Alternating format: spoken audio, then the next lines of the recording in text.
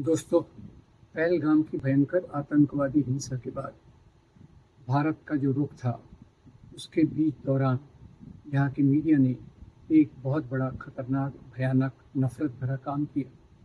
जहाँ सरकार कोशिश कर रही थी इस बात को बढ़ाने के लिए कि एक ऐसा सीमित रिस्पॉन्स दिया जाए, और दूसरी तरफ से मीडिया उछल कूद करके क्या क्या नहीं कह रहा था कि लाहौर पे कब्ज़ा हो गया, इस्लामाबाद पे कब्ज़ा होने वाला है, कराची पोर्ट को नष्ट कर दिया गया है।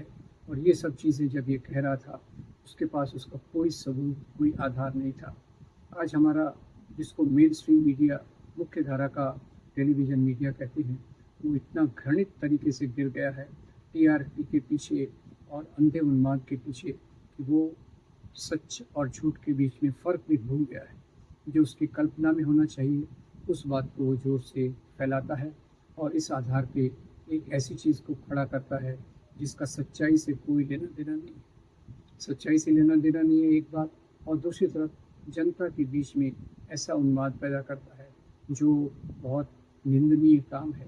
भारतीय मीडिया बहुत गिर चुका है, और इसने जो इसकी गिरावट के कारण भी जो नफ़रत की बातें पैदा होती हैं, उसी में हमने देखा हिमांशी नरवाल और एक दूसरी महिला जिन्होंने अपने पति खोए आतंकवादी घटनाओं में, उन्होंने कहा कि आतंकवादियों की निंदा तो करो, और इससे मुस्लिम विरोधी नफरत पैदा नहीं होना चाहिए।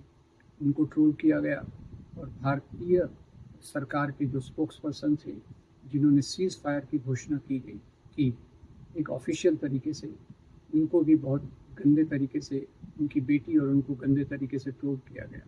ये एक ऐसी बात है जो आज समाज में जो हिंसा प्रचारित की गई है, उसी का परिणाम है।